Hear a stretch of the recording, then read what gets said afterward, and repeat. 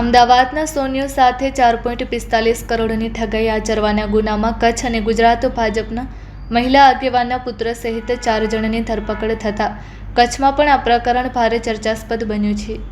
Ahmedabad crime બ્રાન્ચની economic offence વિંગે ચીટિંગના વિવિધ ગુનાના રીઢા આરોપી અનિલ ભીખાભાઈ વિભાણી સાથે તેની પત્ની વિસ્મી પુત્ર વેદાંત અને જમાઈ શિવમ ગઢવીની ધરપકડ કરી રિમાન્ડ મેળવ્યા છે. શિવમ ગઢવી મુન્દ્રા રહેતા પ્રદેશ ભાજપ મહિલા મોરચાના ઉપાધ્યક્ષ તથા જિલ્લા ભાજપ મંત્રી છાયાબેન ગઢવીનો પુત્ર છે. શિવમના પિતા એડવોકેટ વિશ્રામ ગઢવી પણ મુન્દ્રાના તાલુકા ભાજપ પ્રમુખ પદે રહી ચૂક્યા છે. આ ગુનામાં શિવમની પત્ની રાજવી પણ આરોપી છે અને હાલ તે ફરાર છે.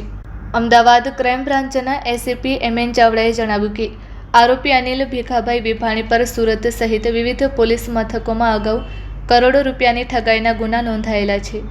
અમદાવાદમાં થલતેજમાં રહેતા અનિલની અગાઉ ઠગાઈના એક ગુનામાં ધરપકડ થયા બાદ તેનો ભોગ બનનાર અમદાવાદ શહેરના 4 સોનીએ 4.45 કરોડના ઘરેણાની ઠગાઈની ફરિયાદ આપેલી. આ ગુનામાં અનિલ સાથે તેની પત્ની વિસ્મી પુત્ર વેદાંત જમાઈ શિવમ ગઢવીની ધરપકડ કરી છે.